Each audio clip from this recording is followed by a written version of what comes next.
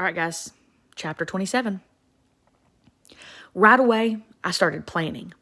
I would apologize, I decided, but I had not abandoned my resolve to avoid any possible pain or public humiliation at Ernest B. Lawson Elementary School. That meant quick. That meant no friends, classmates, teachers, parents, brothers, or supermarket cashiers nearby within earshot. It meant multiple escape routes and backup plans. Now, say there were 1 million possible ways Claire could respond to, "I'm sorry," and say 50% of those possible responses were kind, decent ones like, "That's okay, Ida, no problem." Well, out of all of those thousands and thousands of friendly, cordial, or just plain tolerant replies Claire might give me, I could only think of 3. And I didn't believe a single one of those 3 would happen. I didn't have any trouble thinking of the bad responses, though. The ones where crowds laughed, body parts disappeared, or foul-smelling, rotting things kept turning up in my personal belongings. "You're a snake, Ida Applewood," I could hear Claire say in front of a crowd of hundreds.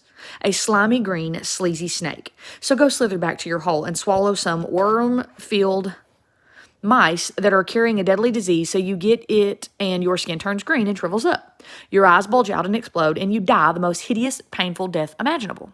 Jeez. No, I had no problem thinking of the bad ones. And since most of the bad ones involve some kind of incomplete and horrible degradation in front of a large group of adults and children, my first priority was figuring out a way to get Claire alone.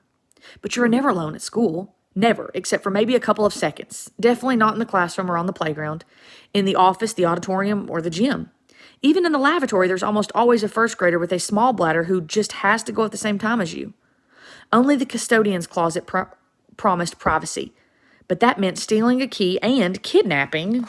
Oh, geez, this isn't a good plan so far. Claire, closing the door without her screaming her head off, somehow convincing her not to tell or pummel me, and fitting an apology in there too, all in less than 5 minutes.